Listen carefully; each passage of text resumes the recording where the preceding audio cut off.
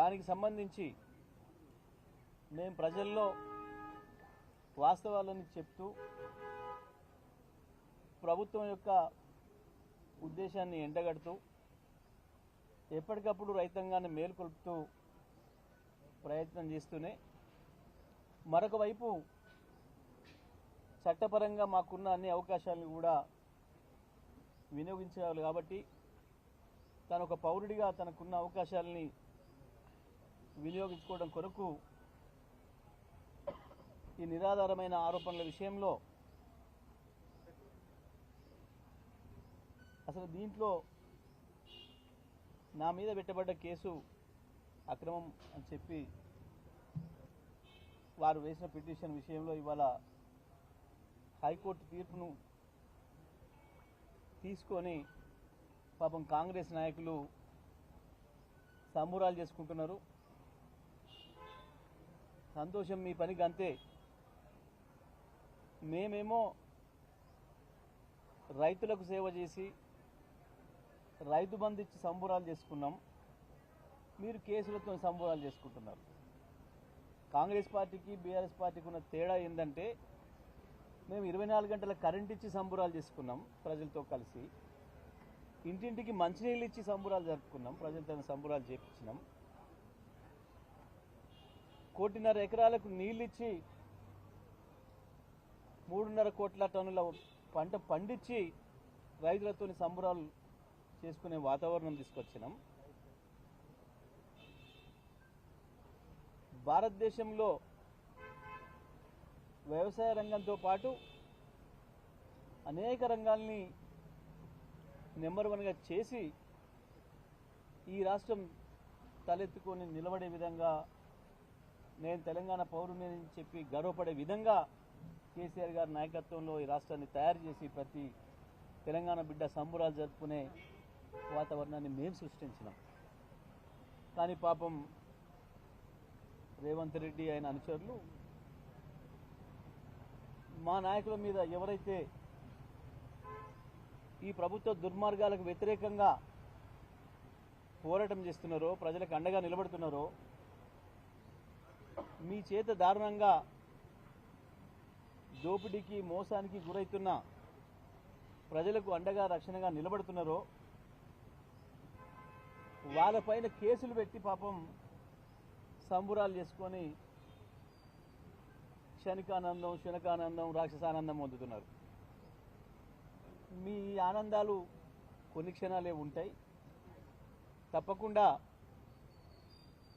న్యాయమే గెలుస్తుంది, అందులో సందేహం లేదు. మాకు ఇంకా చాలా అవకాశాలు ఉన్నాయి. ఒకవైపు లీగల్గా చట్టపరంగా ఉన్న అవకాశాలని వినియోగించుకుంటూనే మరొక వైపు ప్రజాక్షేత్రంలో మిమ్మల్ని ఎండగడతాం, మిమ్మల్ని దోషులుగా నిలబెడతాం, ప్రజల చేతనే మీకు శిక్ష వేపిస్తాం, అందులో సందేహమేం లేదు.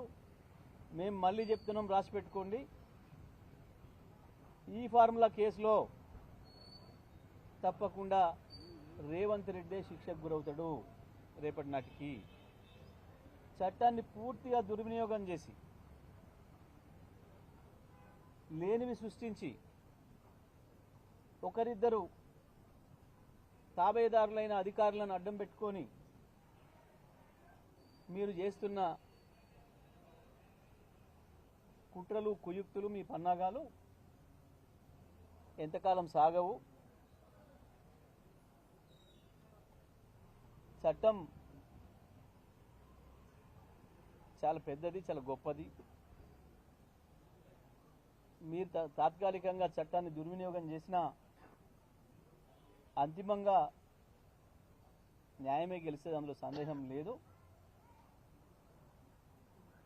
ఇవాళ ఈ కేసుకు సంబంధించి కేటీఆర్ గారు నిర్దోషిగా ఒక మల్లెపువ్వులాగా కడిగిన ముత్యంలాగా చట్టపరంగానే తేలి వస్తాడు. ఇవాళ నువ్వు ఎన్ని చేసినా కొంతమంది మీడియాలో ఉన్న మిత్రుల్ని రకరకాల పద్ధతుల్లో ఇన్ఫ్లుయెన్స్ చేసి బతిలాడో బామాలో నువ్వు తాత్కాలించి హైదరాబాద్ నగరాన్ని ప్రపంచ స్థాయి నగరాల్లో నిలబెట్టడానికి, హైదరాబాద్ బ్రాండ్ ఇమేజ్ని పెంచడానికి, ప్రపంచంలోనే అత్యంత నివాసయోగ్యమైన పట్టణాల్లో మొదటి వరుసలో హైదరాబాదును నిలబెట్టడానికి ఆయన పడ్డ తాపత్రయం, ఆయన చేసిన కృషి ఇప్పటికీ హైదరాబాద్ ప్రజల్లో ఉంది, వాళ్ళ హృదయాల్లో ఉంది. నువ్వు చేసే పనుల వల్ల ఇంకా మరింత బలపడుతుంది తప్ప నీ చిల్లర వేషాలతోని గందరగోళంలో పడి ఆగమైపోయే వాళ్ళు ఎవరు కూడా లేరు.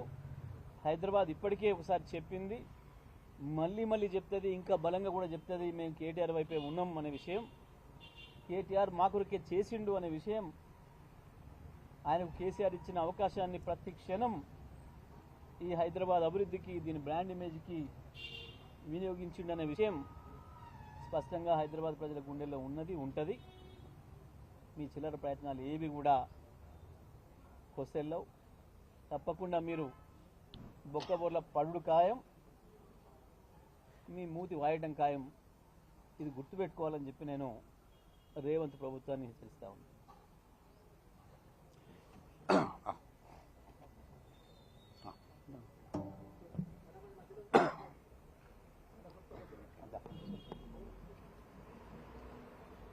ఈ రేవంత్ రెడ్డి ప్రభుత్వం ఏర్పాటై 13-14 నెలలు దాటిపోయింది.